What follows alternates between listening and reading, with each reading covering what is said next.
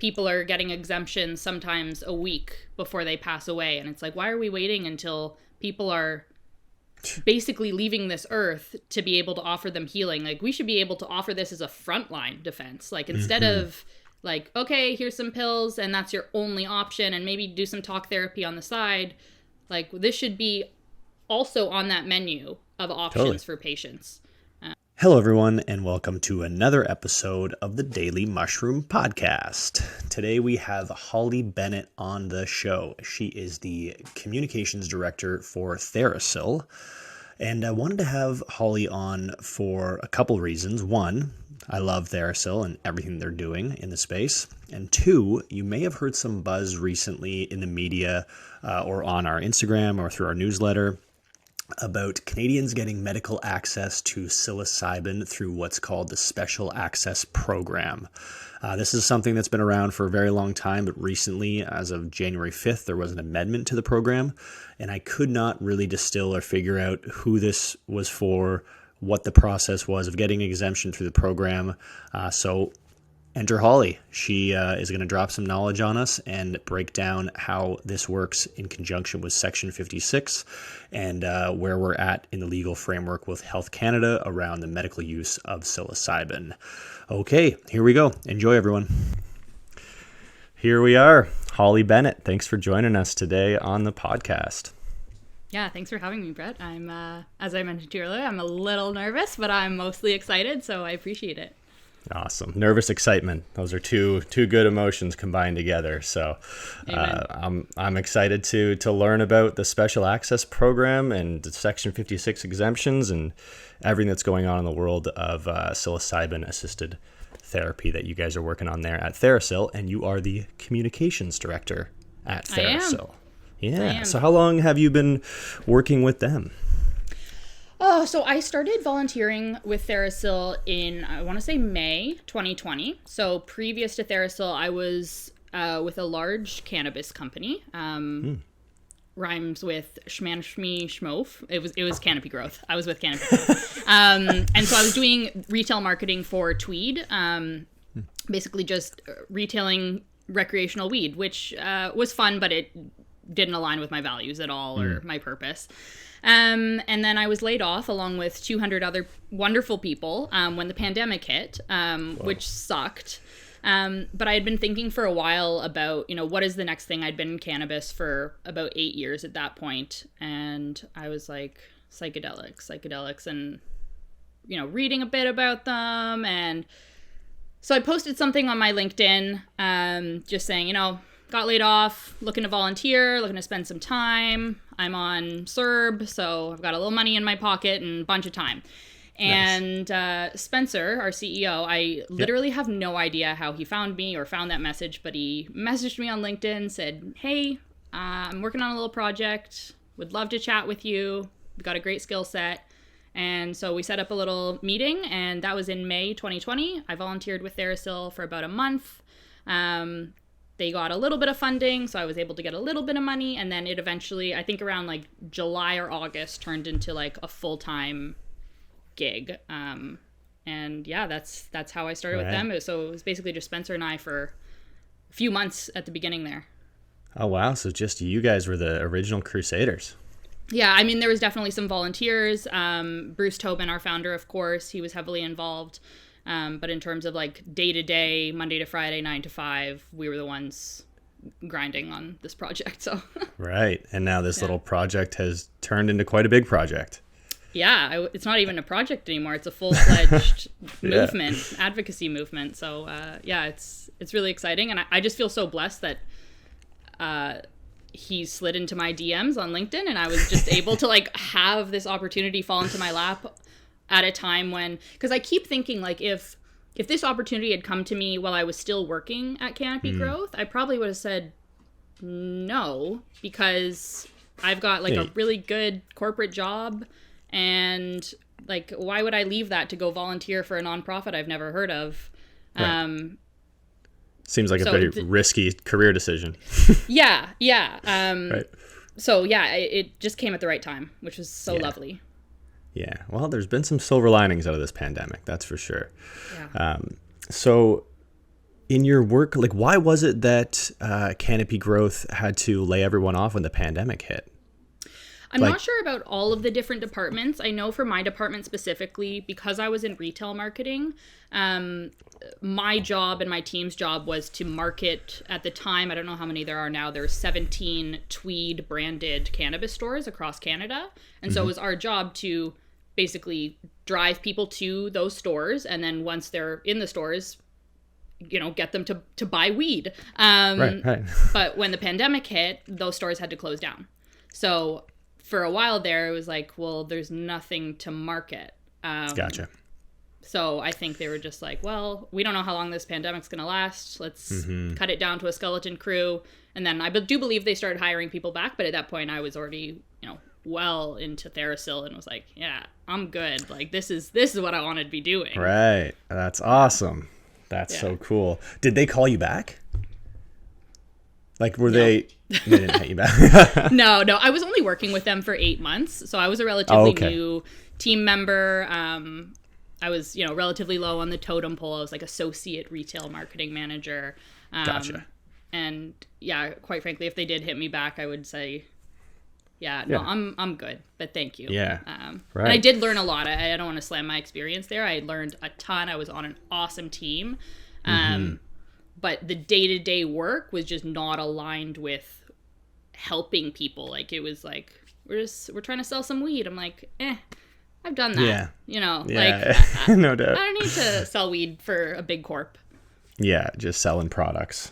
Yeah. To get people to buy more and all the ridiculous strains that they're bringing out. And it's all very just like, catchy tactics, sales tactics. Like, I totally understand. Yeah. And marketing cannabis is crazy difficult because of all the regulations to do with advertising. So, like, everything we do had to be like ran through a lawyer, and I was just like, this, it's not so fun to do that when you're like, any creative idea I have, it's probably illegal to do that. So right. Yeah. That's a very difficult creative container to work within. 100%. You're constantly breaking the law. Yeah. And I mean, now look at what you're doing. I mean, really tiptoeing in that on the line in the gray area there with psilocybin assisted psychotherapy. So in moving into that world, like what drew you to psychedelics in the first place? It's a good question. So I've struggled with my mental health for, I want to say conservatively 11 years. Like, I was formally diagnosed, depressed when I was 17. I'm 28 now. And at that same time I was diagnosed as depressed, I was also diagnosed with an eating disorder. I was struggling with anorexia. And so I was like coming out of high school, going into first year university, struggling with all this. And when I was in like not an inpatient program, but an outpatient program for my eating disorder. And I was just thinking, like, a lot of us aren't getting better. Like, I got better, and I think that's because I had early intervention. Like, my parents were like, you're sick, here's a referral, we're gonna get you into the hospital, like, let's go. They were awesome. But a lot of people suffer for a long time before getting diagnosed, or a lot of people don't have access to these services. There's like 8 inpatient beds for eating disorders in all of Ontario. It's like, it's severely underfunded. And I remember just constantly thinking, like, as I was going through recovery post my outpatient program, there's got to be other options for mental health. And at that point, I was also put on antidepressants, and I'm still on antidepressants 11 years later. Wow. And so it was just this, like, really starting to wrestle with, like, there's not a lot of great mental health treatment options for a lot of different disorders. I've got a lot of mental health issues in my family. And I've started to use psychedelics recreationally, and I feel like this is like everybody's story, like struggling with mental health, took some mushrooms, was like, oh, there's something here. But honestly, the first time I started taking psychedelics, it was mushrooms. That was like my first foray into it. I took it with an ex-boyfriend. And I don't know, it's ineffable, as like most experiences are, just being able to see kind of the bigger picture and something bigger than that, and noticing there's got to be something here. There's got to be some medicinal value. Like, this isn't all fun and games, and I'm feeling emotions in deeper ways and just all of that. And then I also remember watching a documentary about people who had cluster headaches or intense migraines who were using psilocybin to abort or prevent those. And just also finding that incredibly fascinating, being like, how does this mushroom work on a physical condition? Like, I don't get that at all. And quite frankly, I still don't understand how it works. I don't think the scientists even do. And then I read this book. I think the author's name was Jay Brown, and it was called like The New Science of Psychedelics at the Nexus of Culture and Spirituality and Science. And it was just talking about all of the different psychedelics. And then the last chapter or the couple chapters were about like death and psychedelics. And so all of these things started to like weave into my life. And as I mentioned, near kind of the end of my cannabis career, reaching about like the 7-8 year mark, I was really starting to think, I want to get back to helping people, and I've moved now into this like recreational part of cannabis that I'm not really into. I want to be more in the medical side, because I was in the medical side of the cannabis industry for a while, actually like one-on-one helping people choose what strains would be good for them, helping them choose what methods of consumption would be good for them based on their actual medical needs. And that was probably one of the most fulfilling parts of my career, was being able to sit down with an individual, hear their story, and then say, I know what we're going to do for you. And like low-key playing doctor. But there was a doctor also there to say like, okay, you can have 2 grams a day or whatever. Yeah, so it all just kind of started to thread together, and learning more and understanding that my own mental journeys maybe could have been fixed faster or better or more deeply with an additional aid. And I mean, the current like pharmaceutical model we have, I'm not knocking pharmaceuticals at all. I truly believe I have found a great value in taking antidepressants, but I'm at the point as well where I'm like, I've been on these for 11 years and I don't have access to a psychiatrist, and I don't know how to come off of them on my own. And there's never really a great time to experiment with my mental health. Like I have to be a fully functioning human all the time. So yeah, it would just be nice if there was other ways to treat mental health and physical health. Yeah. And was that a conversation with your doctor when you went on to your SSRIs? No. Are they antidepressants? They're SSRIs. There was no conversation about how long I was going to be on them. To be fair, there might have been, but I was 17 at the time. So that could have been a conversation that happened with my parents that I wasn't privy to. I was also really sick. Like my brain wasn't functioning. So I could have just been like, yeah, I'll take them. And like, there's a large chunk of my life during that period that's just missing. Like my brain was not functioning to its full capacity. So, but that's also strange, right? Is like that wasn't super clear to me as the patient, that you could be on these for the rest of your life. And, you know. Yeah, it's interesting how that's not a part of the conversation, and that's what I think everyone, kind of like what I'm hearing from you is something that I resonate with too, is the potentiality of lost time, right? Like, if I had have found this or work, or if let's say that the rug didn't get pulled out from the scientists working back in the 50s and the 60s on this stuff, where would we be today, and what access would we have, and how much time would we have saved in people's lives in having access to better mental health services? Absolutely. And how many lives could have been saved during that time, right? It's not, like we're seeing now people are getting exemptions sometimes a week before they pass away. And it's like, why are we waiting until people are basically leaving this earth to be able to offer them healing? Like, we should be able to offer this as a frontline defense. Like, instead of like, okay, here's some pills and that's your only option, and maybe do some talk therapy on the side. Like, this should be also on that menu of options for patients. That'd be amazing. That's I think the dream for everybody working in this industry is like, SSRIs and antidepressants, like you said, do have their place, but let's put this on the menu. Let's just like, you don't have to do it. If you're more comfortable with the traditional route and that's working for you, like, don't fix something that isn't broken either, right? Like, but for people that have treatment resistant depression or have like gone through many forms of SSRIs and nothing's working for them, we got to get that out there. So Yeah. So on that note, the regulations around, we're just going to speak to psilocybin today specifically, Please, right? Because yeah. that's what you guys are using at TheraPsil, right? Yeah. So yeah, just like we were talking about the Schedule J and like how psilocybin falls into Schedule J. Can you talk about that a little bit and what that means as far as like Health Canada's regulations are concerned? For sure. So, psilocybin, along with other psychedelics, is considered a restricted drug. And I believe that also means Health Canada says there's no medicinal value to these drugs. So, LSD, psilocybin, cocaine, heroin, like they're all kind of lumped together and like they're restricted. They're bad drugs.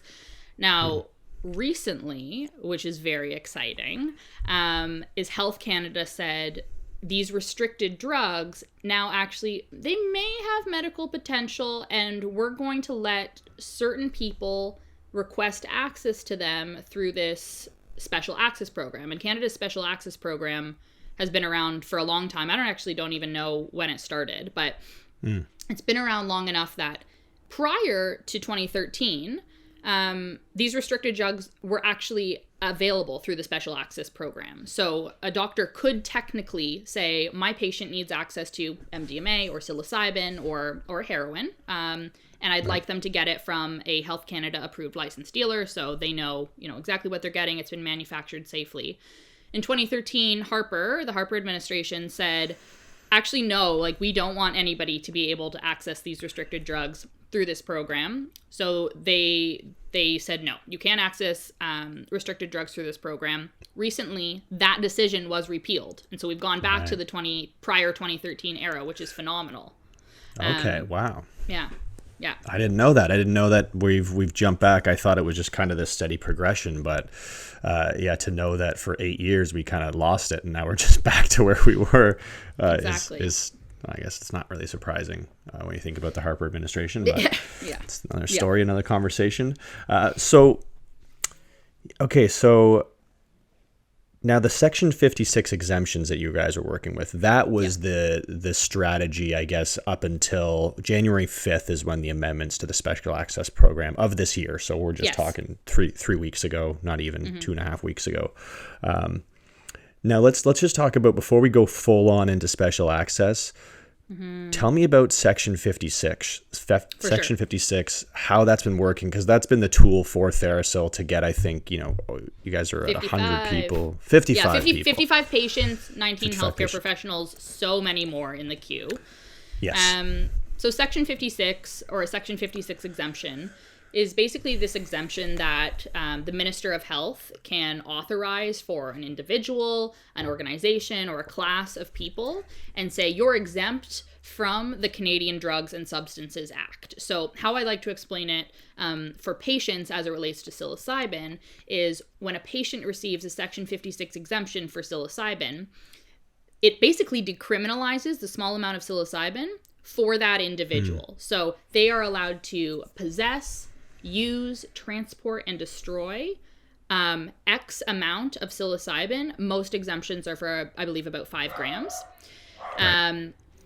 I'm sorry, my dog just barked. It decriminalizes that amount for that person. But what it doesn't do is it doesn't help that individual actually access the medicine. The government says, you can have it, but we don't want to know, well, they do want to know where they're getting it from. And the patient says, give me the dignity to get this from my trusted source. Right. But they basically, the government doesn't want to be involved in the sourcing at all. Interesting. So patients then have to go to the illicit or the unregulated market to procure their medicine. That could mean a friend, that could mean a family, that could mean, there's dispensaries popping up in Vancouver and I presume other cities. That could mean maybe that they grow your their own. own. Yeah, exactly. Exactly. So this Section 56, it allows them to use psilocybin for the purpose, and this is explicit in the exemptions, for the purpose of psilocybin-assisted psychotherapy. So the government wants the patient to use it, in the presence of a healthcare professional who's ideally trained in this modality. Right. And another thing I learned from one of the patients you guys helped, Thomas, was that the Section 56 exemptions also have a time limit on them of about one year. Is that correct? Yeah, 1 year. And why do they do that? That's a good question. I'm not sure. Maybe I'm just to not thinking, open the door that person now has, like, you know, a lifetime exemption for the use Yeah. of an illicit substance. But it's really strange in someone like Thomas's case, where you're giving this exemption to someone with an end of life or like late stage illness. To give that to them, that felt really weird and gross to me specifically, Yeah. because you're like, well, this person's already, you know, they've already got a timeline. You know, most Yeah. of us, you know, we're all going to die someday, but most of us don't really know that it's going to happen within, you know, a certain months or years, right? So Yeah. that's weird. But I guess, you know, that's what's complicated about these exemptions and how you know, do one by one. Is there some work on like case by case that they can change different things within the exemption? How do you mean? For like timelines, or does it have to be a 1 year timeline? I mean, I presumably they could shorten it, but I don't know if they're willing to do longer than a year. And the reason I'm thinking this is because let's say it is like a prescription. Like, no doctor is, I think, allowed to prescribe you any medicine for longer than a year's supply. Like, even when I was working in a medical cannabis clinic, like, the maximum you could prescribe cannabis for was a year. So here's like a yearly prescription, 1 gram a day, come back in 4-6 months or a year. Gotcha. But and I think that's the same with most medicines. Like, I don't think a doctor can write you like a 3-year supply of something and then just like, see you later, see you in 3 years. Right. Yeah. Yeah. That makes sense. Yeah, and so then you would just have to reapply at the 1 year point. But from what I've heard, the Section 56 exemption process is quite grueling and can be challenging too. Well, like you said, there's only been 55 plus 19, right? So Yeah. that's it in total in the history of Canada. Is that correct? There's probably some more, just not supported by TheraPsil. So we're pretty transparent with the metrics in terms of like this many people have gotten exemptions, this how many are in the queue, that sort of thing. So it's very possible that there's healthcare professionals, you know, working in other organizations or just on their own who also do Section 56s, but they're not, you know, they're not putting out a tweet every time a new exemption gets approved, right? Yeah. So you guys are all over that. Yeah, I mean, we like to let people know. Obviously, we're very, very careful about patient confidentiality, so we never say, like, you know, like, oh, John Smith got their exemption. Like, that's not our place. Right. But in terms of transparency and advocacy, it's great to let people know when the system's working and when the system's just not working. So. Absolutely. Yeah. Okay. Special access program. So fast forward to January 5th of this year, they rolled back to pre-2013 and break that down for us. Like, what does that all mean? How does this change the traditional process of the Section 56 to help people? For sure. So I'll start with, you know, what is the Special Access Program? Traditionally, the Special Access Program was used for doctors or nurse practitioners, prescribing healthcare practitioners to be able to request drugs that aren't available for sale or are not marketed in Canada. So an example of this is Trichafta, which is a drug for cystic fibrosis that was recently actually approved in Canada in, I believe, June or July of 2021. But prior to that, it was approved in other countries, not approved in Canada. And so patients with cystic fibrosis who had very limited lung capacity, lung functionality, they could request this drug. Actually, their doctors had to request it for them on their behalf through the Special Access Program. It's also used for novel cancer drugs that may not be approved in Canada yet, or HIV drugs that aren't approved in Canada yet. So the system is not designed for psychedelics, especially when you think of the fact that, like, most often psychedelics, for them to be, you know, most effective for certain mental health conditions, probably should be used in the context of psychedelic psychotherapy. So traditionally, they're more used for, here's a drug, take the drug, heal the problem or the symptom. Right. So yeah, on January 5th, 2022, Health Canada repealed the Harper 2013 decision to not allow restricted drugs, and they said, okay, you can now request restricted drugs through the Special Access Program. to us, we're most interested in psilocybin.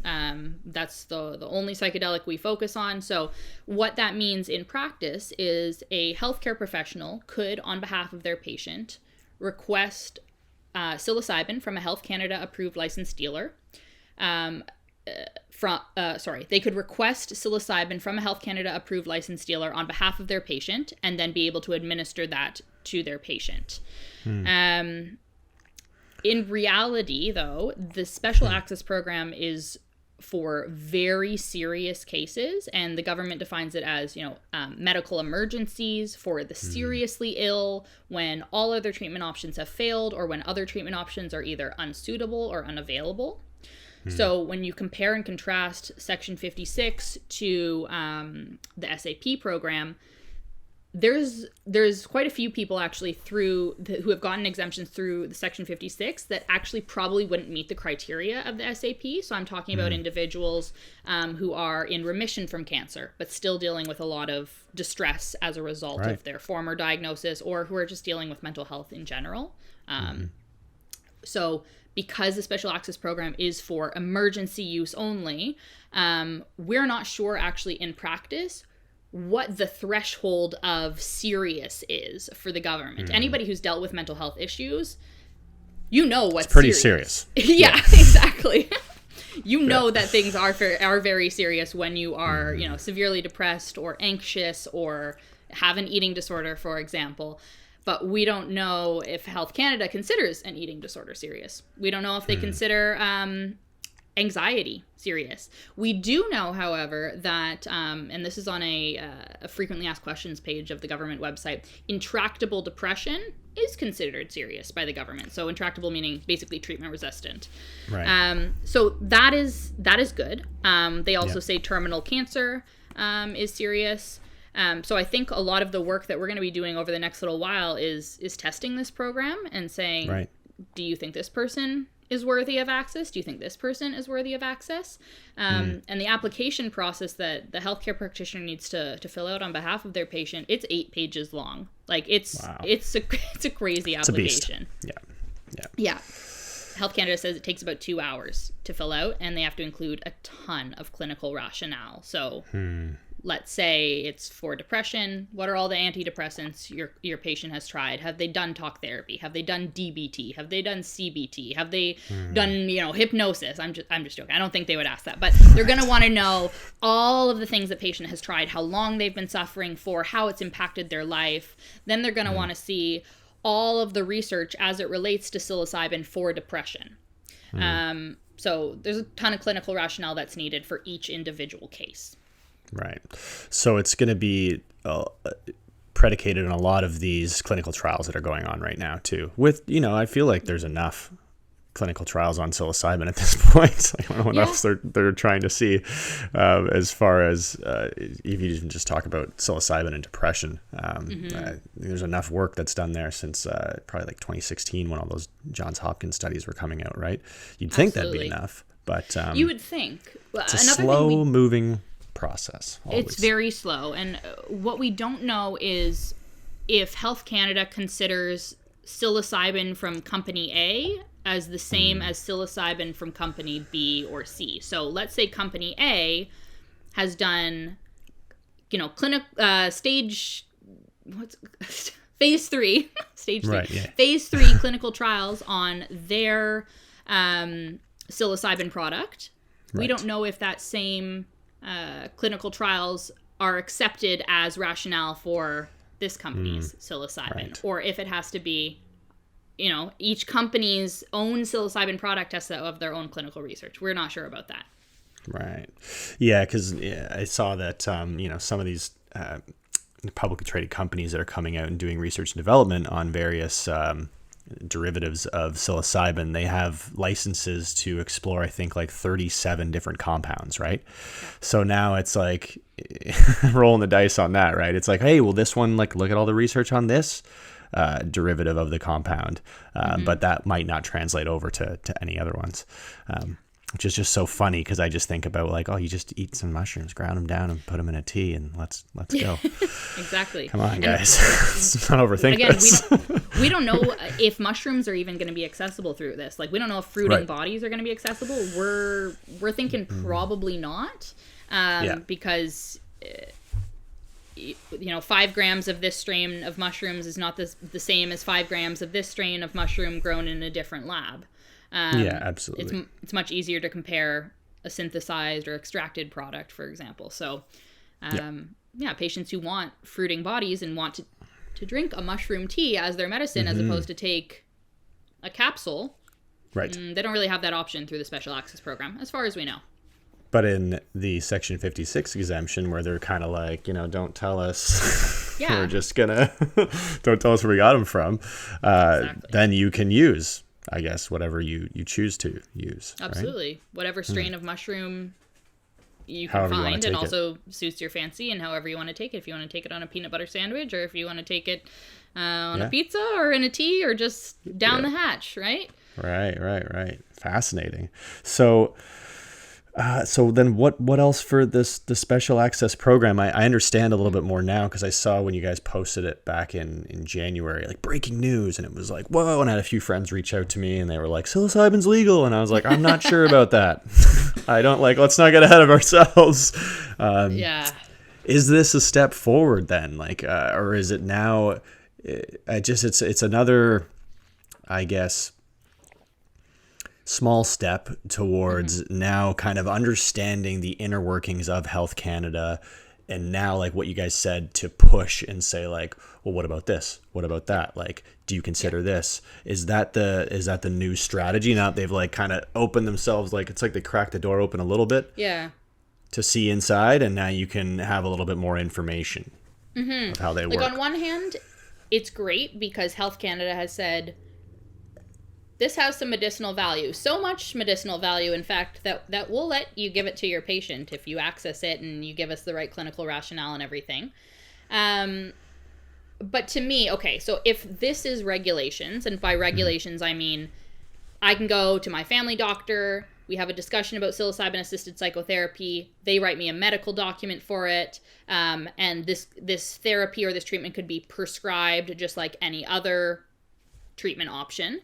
That's kind of like the goal here and what we're advocating for. If that's regulations and Section 56 is here, I would say the SAP program is like here. Like it's a step, it's a little step up, but it's almost on par with Section 56 in terms of the level of bureaucracy involved. The level of burden for either a patient or a healthcare professional. A patient for Section 56 and a healthcare professional for the SAP.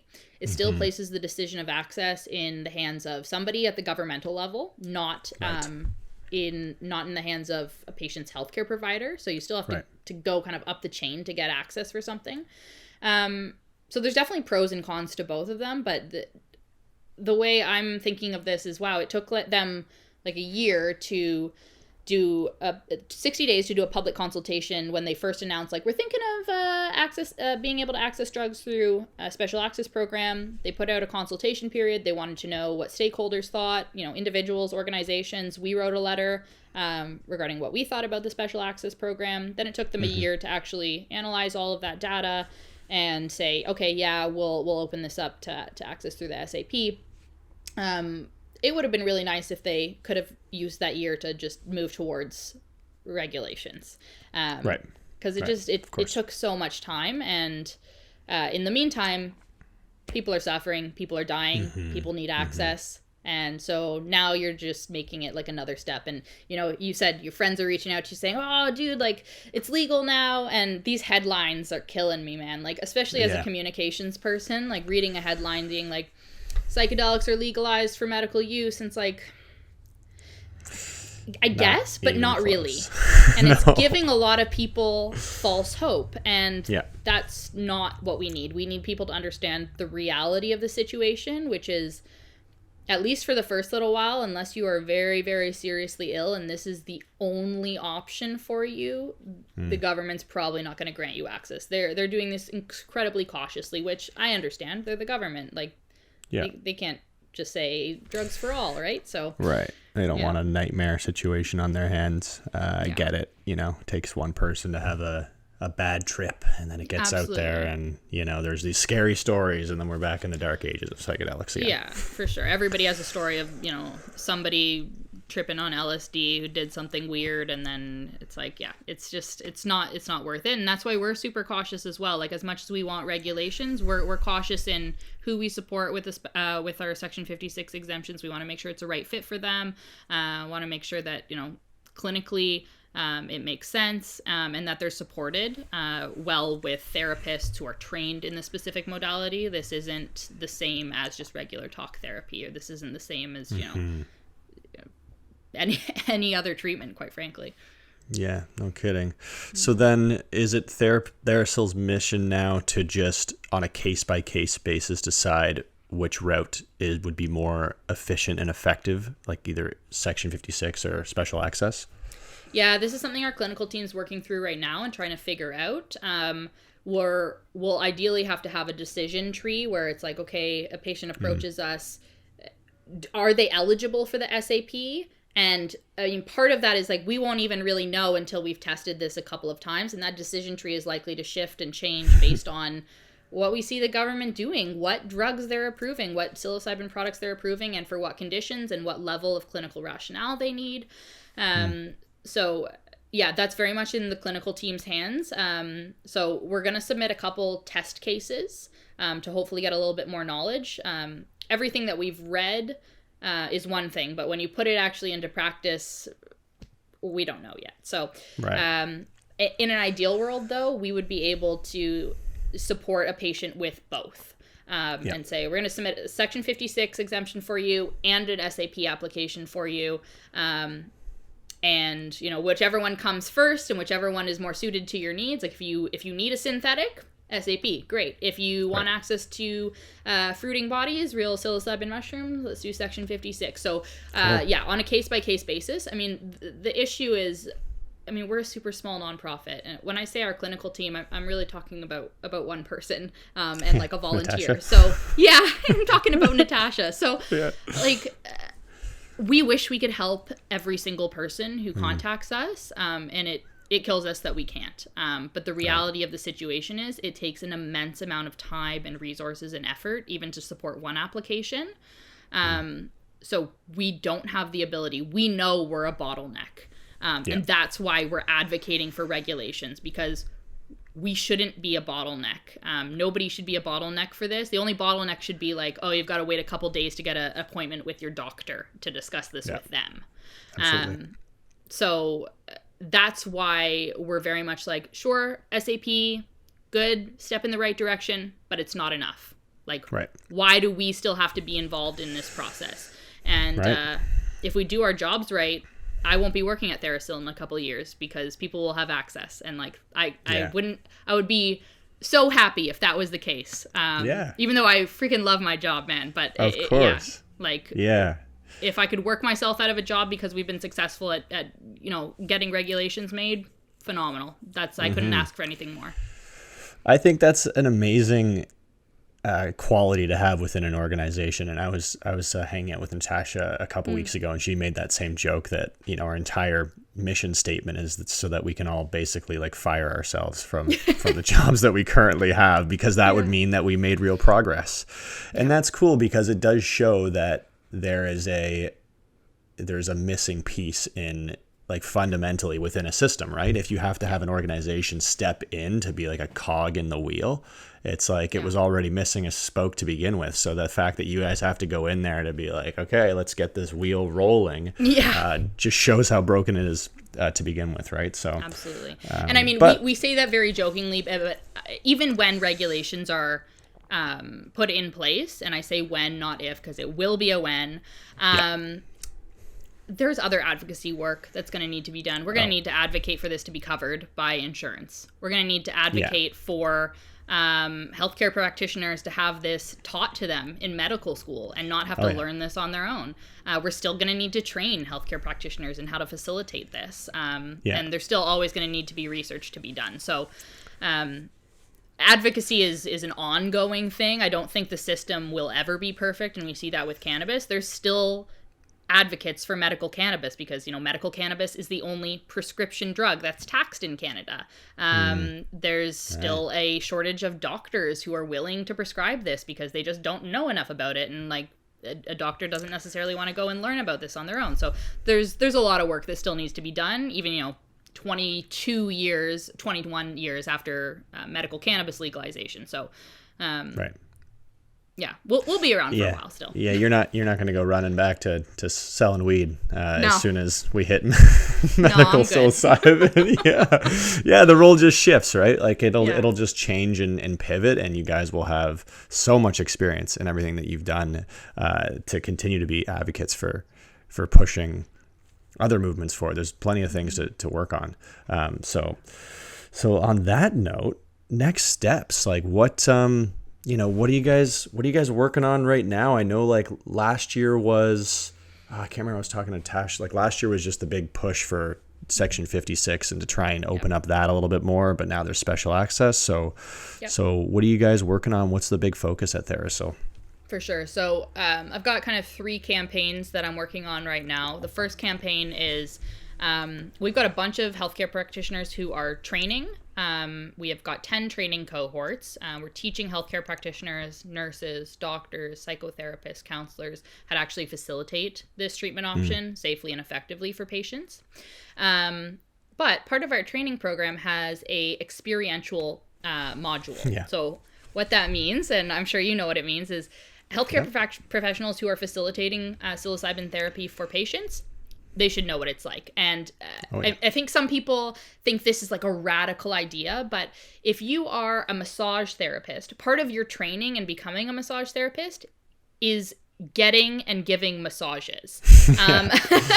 Right? Of course. If you are a talk therapist or just a regular psychotherapist, part of your training is receiving the therapy themselves. So this isn't novel. This isn't a novel idea for psychotherapy in general. I think people just think it's like a little bit of an out there idea because like, oh, you want doctors to take psychedelics? What?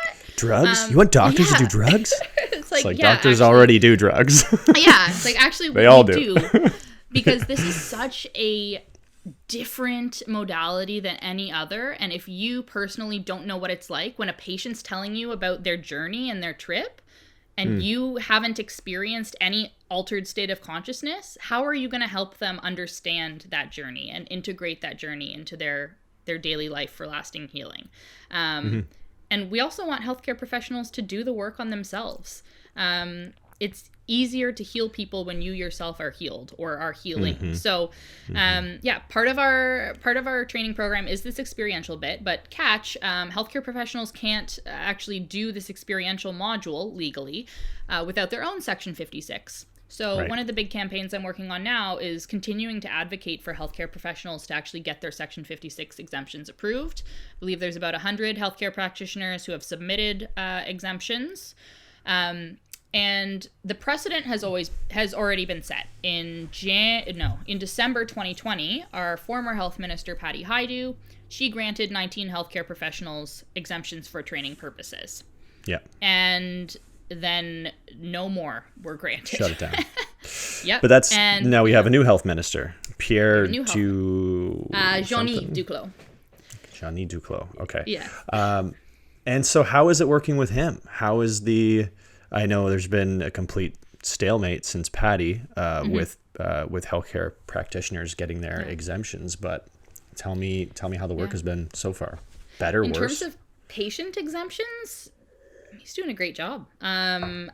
He, since coming into power, was it October or November he came into power? Sometime around there. He's granted 16 exemptions, which is wonderful. 16 out of 55. So, and he granted 3 within his first week of being a health minister. So he clearly understands there's a need for this.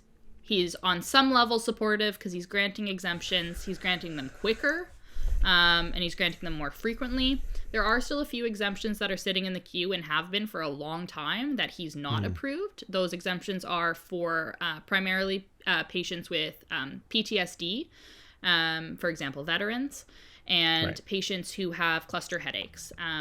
And Jean-Yves and his administrative staff, I think they're really struggling with the fact that for cluster headaches, a patient doesn't necessarily need the psychotherapy component because they're treating themselves, they're self-administering psilocybin for a physical condition, and in normally subhallucinogenic doses. Like they're usually taking microdoses or like Right. less than a gram at a time. So yeah, those exemptions are still sitting in the queue, and we're advocating for those, which is another campaign that I'm working on, is educating MPs, educating the health minister, and educating the general public about, what are cluster headaches? Why do we need to advocate for these exemptions specifically?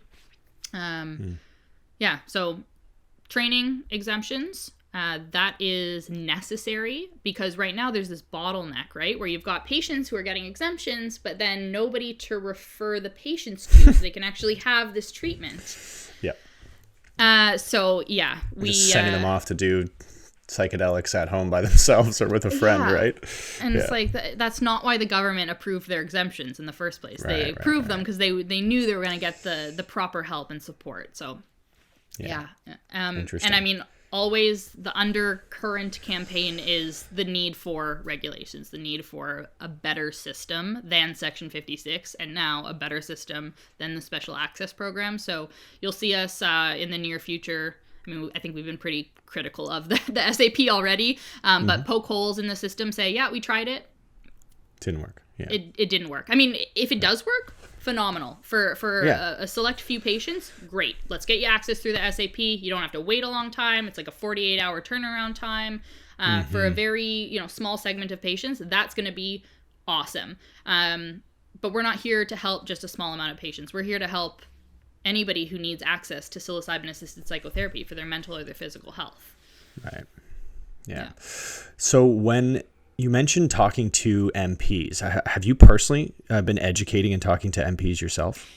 So that's something Spencer Moore does, but I, as a Canadian citizen, have my own MP, and I've had several conversations with my MP, and she's been quite supportive. I'm not 100% sure what she's actually done behind the scenes, but every time I talk to her, she's like, yeah, I get what you're doing. She's in favor of, drug decrim.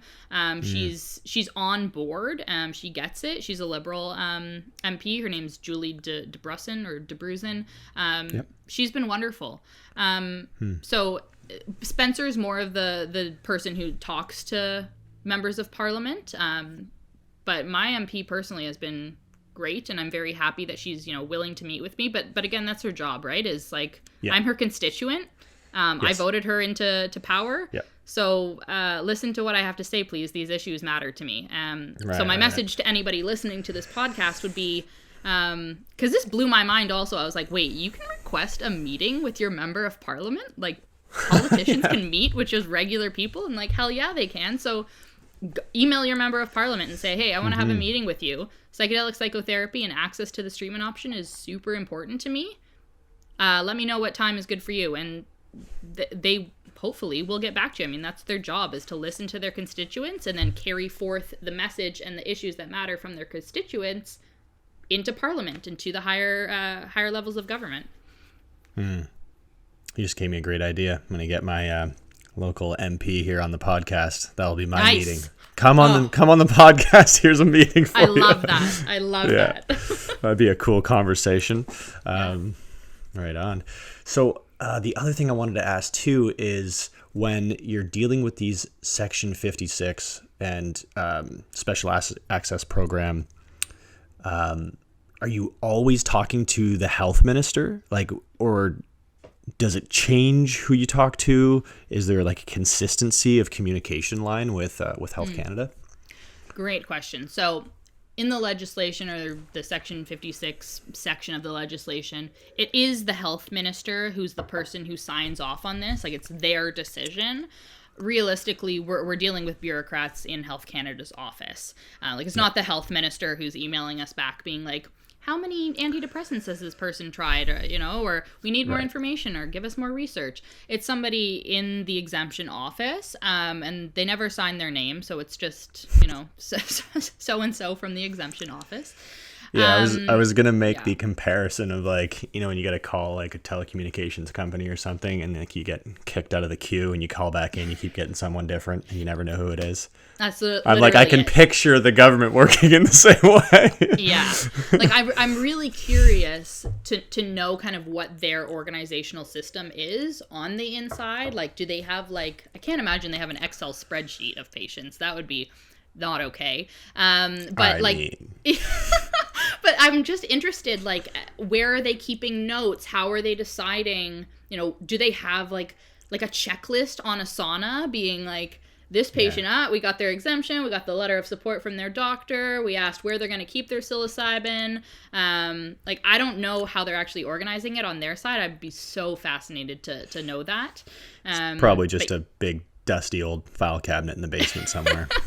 A whiteboard? I don't know. Yeah. But whatever it is, we don't know who we're talking to exactly, and that's why all of our messaging is directed to the Minister of Health, because at the end of the day, they're the one who they're the only one who has the power to make the decisions, which actually makes the SAP process a little more complicated because there's no transparency there about who's making the decision. With Section 56, it's very clearly written, like, the Minister of Health has the authority to grant a Section 56 exemption. That piece of information doesn't exist for the Special Access Program. So there's not one person or one politician that we can pin down and say, you need to grant this exemption, which is what we do with exemptions. Right. I'm sure you've seen. We have, have videos and tweets, and all of our messaging is like, hey, Jean-Yves Duclos, or before, hey, Patty Hydu. So the transparency is lacking on the Special Access Program. Yeah, you can't have that. You can't just have an anonymous party on the other side when you're trying to make something happen. Well, that's got to change too, you would think. Yeah. So like, hopefully let's we'll go get more Health information Canada. on Come that. on. Yeah. Exactly. Let's appoint someone. 100%. They're like, we don't need to be want able it to name because names. we're scared if they're still tweeting at us. Yeah, that's exactly what it is. They're like, I don't want to get yelled at anymore. Yeah. Right on. Okay. This has been amazing. I've just learned so much. I feel like this really clears up a lot of things, and I'm excited to share this with a lot of people because I know I know I live in a bit of a bubble here in Victoria, and a lot of our friends are users of psilocybin in our daily lives, and we've done our own little therapeutic treatments, and we want this to get out there. And we saw the news, and everybody got really excited. And it's I mean, the silver lining is it's great to see Health Canada doing anything, right? Like, absolutely. And understanding that there is a bureaucratic process to everything, and everything moves slow, and there's a reason for that. But I just want to commend your work and the work of TheraPsil again for pushing this forward and keeping the ball rolling, fixing that broken wheel. Yeah, I feel it's such an honor to be able to speak to patients who have received exemptions, who are looking for access for this. And it's a duty, right? Like, I feel genuinely like somebody's got to do it. So our team will do it because Health Canada is not doing it. Like, Health Canada is not going to move on something unless pressure is put on them. That's how the government works, right? Is like, you need to tell them this is what we want, and we're not gonna let you get away with not doing it. So it's an honor and a duty to do what I do. As I said before, I love my job. I love my coworkers. I love the patients that we support, the healthcare practitioners that are involved in this. I feel like I'm going to look back on this time and, could be 5 years, could be 30 years, who knows, and just be like, holy shit, I can't believe we did that. That's wild. Yeah. So it's exciting. It's exciting. That's great. Yeah. And how about maybe just one last word let's just talk to the people specifically of Canada. You mentioned to reach out to their MPs. Yes. What else can we be doing to help this mission get to where we need it to? Yeah, contact your MP. We have a really easy tool to do that on our website. You can contact your MP with an email template within 30 seconds. Amazing. Tweet at the minister. Say, hey, Jean-Yves Duclos, why haven't you legalized psilocybin for psychedelic-assisted therapy yet? And I'm not joking. Please tweet at him. And also just have these conversations with your friends and your family. dispel myths. I know probably everybody has an uncle who knows somebody who had a bad trip on LSD, who wants to just keep telling that story over and over whenever somebody brings up psychedelics. So say, hey, but have you heard the story of Thomas Hartle and how his life was actually changed positively by this? Share patient stories. I think that's my favorite part of my job, is amplifying the voices of patients and saying, sure, maybe the research is not 100% there yet, but you can't argue with the fact that this person is living proof that this changed their life. So Yes. Share the stories of people who have been positively affected by this. That's one of the best ways to get the word out. Love it. That's beautifully said. And if there's any patients that you have there that want to come on and talk to me, feel free to throw them my way. I will always give people a platform to share their stories about how psychedelics help them in their lives, because I agree with you. Me personally, that's the most, when you hear someone talk about how their entire physiology, psychology is completely shifted and changed from one experience, and now they're a different person. That's what you hear those, and it's really hard to ignore them, right? So those voices need to be louder, and I would love to give people a platform to share. So perfect. I'll send an email to a couple people right away. Awesome. Beautiful. Sweet. Okay. Well, thanks again so much for your time, Holly. This has been wonderful, and I'm looking forward to connecting with you soon. Yeah, thanks, Brett. And next time I'm in Victoria, I will hit you up and we'll go for a coffee or a beer or something. Oh, love that. Awesome. Okay. Until next time. Bye. Bye. Well, that's it for this week's episode, everyone. Thanks for joining us. I really appreciate all you guys being here on this educational journey with us all. If you want to continue your education around the art, science, and business of psychedelics, I highly recommend you sign up for our newsletter. Just go over to dailymushroom.co, pop in your email, and every Friday you'll get a newsletter straight to your inbox that keeps you up to date on everything happening in the world of psychedelics. You can also follow us on Instagram at dailymushroom.co and TikTok at dailymushroom.co. Thanks again, everyone, and we'll see you on the other side.